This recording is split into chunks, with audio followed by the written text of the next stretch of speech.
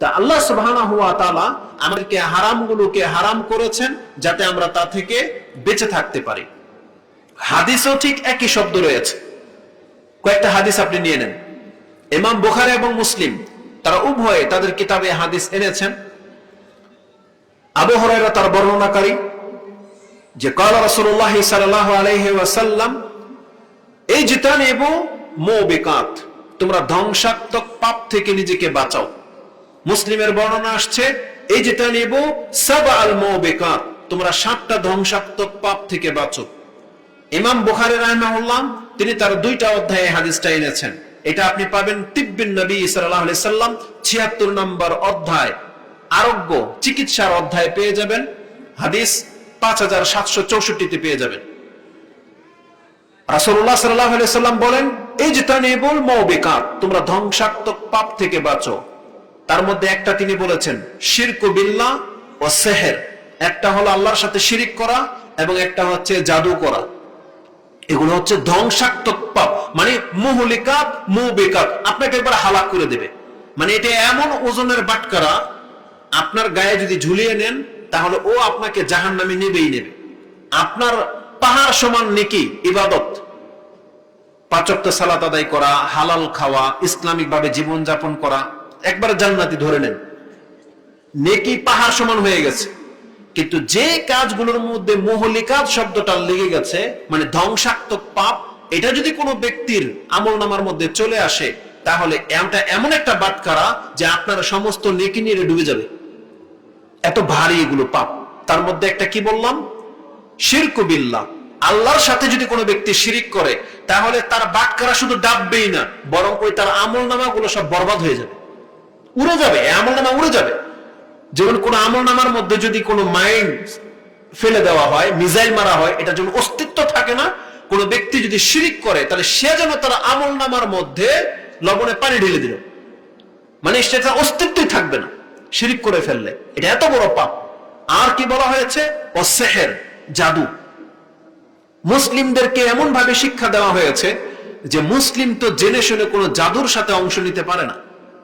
জাদুকরকে পেলে ইসলামিক রাষ্ট্রের আইন হলো ওকে হত্যা করে দেওয়া হবে, ওকে পেলে হত্যা করা হবে, ওকে বলা হবে না তুমি তওবা করো। জাদুটা এত মারাত্মক। কোন ব্যক্তি জাদু করছে, প্রমাণ হয়ে গেছে, ধরা পড়ছে, ওকে বলা হবে না যে তুমি তওবা করো, তওবার কোনো সুযোগই দেওয়া হবে না, ওর গর্দান তখনই নেবে। এটা হচ্ছে ইসলামিক আইন। কিন্তু দুঃখজনক কি জানেন, সৌদি আরবে এখন পর্যন্ত কোন জাদুকরকে পেলে একে ডাইরেক্ট হত্যা, কিন্তু বাংলাদেশে জাদুকরকে প্রাইজ দেওয়া হয়। বুঝেন, এটাও আমরাও মুসলিম, আমরাও বলি যে ইসলাম পালন করি, কিন্তু আমাদের রাষ্ট্রের বিচার কি দেখেন, জাদুকররা আপনার খাম্বার মধ্যে দেয়ালে পোস্টার লাগাই রাখে, আসুন জাদু শিখি, আমরা জাদু শিখাই। জাদুকরকে প্রাইজ দেওয়া হয় যে বাংলাদেশের অমুক ব্যক্তি সবচেয়ে বড় জাদুকর, তাকে টিভি চ্যানেলের মধ্যে প্রেজেন্টেশন দেওয়া হয়। অথচ ইসলাম যেটাকে বলেছে এরকম কোন জাদুকরকে পেলে তাকে হত্যা করে দেওয়া হবে। আর মুসলিমরা এটাকে নিয়ে তামসা করে, মজা করে, কিছু থেকে কিছু হলে জাদু করে দেয়। মহিলা সংক্রান্ত ব্যাপারগুলো, প্রেম প্রীতির ব্যাপারগুলোর মধ্যে জাদুর সব থেকে বেশি ব্যবহার হয়। সংসার টিকিয়ে রাখার ক্ষেত্রে স্বামী যেন আরেকটা বিয়ে করতে না পারে, ওই স্ত্রী এবং স্ত্রীর মার পক্ষ থেকে সব থেকে বেশি জাদু করা হয়। একজনের সংসারকে ভেঙে দিতে গেলে এই জাদুর আশ্রয় নেয়, মা চাচির এগুলো সবচেয়ে বেশি করে। পাশের বাড়ির সাথে শত্রুতা দিবে জাদু করে। অথচ সে এই শিক্ষাটা দেওয়া হয় না মুসলমানদেরকে যে জাদু এতটা মারাত্মক পাপ, এর বেঁচে থাকা তো অধিকার নাই দুনিয়াতে, পরকালও সে কোনোদিন জান্নাত পাবে না, কারণ জাদুকরকে কাফের বলা হয়েছে। কিন্তু এটা মুসলিমকে শিক্ষাটাই দেওয়া হয় নাই যে একজন জাদুকর মানে হচ্ছে কাফের। কারণ আল্লাহ সুবহানাহু ওয়া তাআলা কি বলেছেন, যেটা সূরা বাকারার 102 নম্বর আয়াতে পেয়ে যাবেন, ওমা কাফারা সুলাইমানা ওয়ালাকিন্না শায়াতিনা কাফারু। সুলাইমান কুফরি করে নাই, কুফরি শয়তান করেছিল। ইয়াল্লিমুনান নাসা সিহরা, কারণ সে মানুষকে জাদু শিক্ষা দিয়েছিল। তাহলে যেই ব্যক্তি জাদু শিখায়, যে জাদু করে, এরা ইসলামে কোনো অংশ থাকে না, এরা ইসলাম থেকে বেরিয়ে যায়। একে দুনিয়াতে মুরতাদ হিসাবে হত্যা করা হবে, আর পরকালে তো চিরস্থায়ী জাহান্নাম। এই জন্য এগুলো হচ্ছে মারাত্মক পাপ।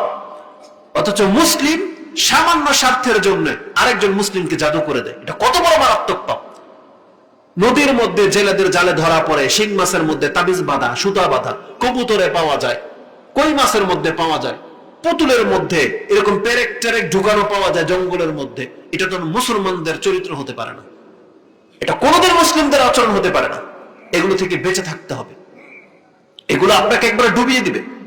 আপনি জাদু করে কি হাসিল করে নেবেন দুনিয়া, কতটা ক্ষতি করবেন কাকে, কিন্তু আপনি নিজেকে ধ্বংস করে দিচ্ছেন। আপনার আর জান্নাত পাওয়া কোনোদিন নসিব হবে না। এজন্য আল্লাহর কাছে দোয়া করে, আল্লাহ তুমি আমাদের মুসলিম ভাইদেরকে, আল্লাহ যাদের পর্যন্ত কথা যাচ্ছে, তুমি আমাদেরকে জাদুগ্রস্ত হওয়া থেকে এবং অন্যকে জাদু দিয়ে ক্ষতি করা থেকে তুমি আল্লাহ আমাদেরকে হেফাজত করো।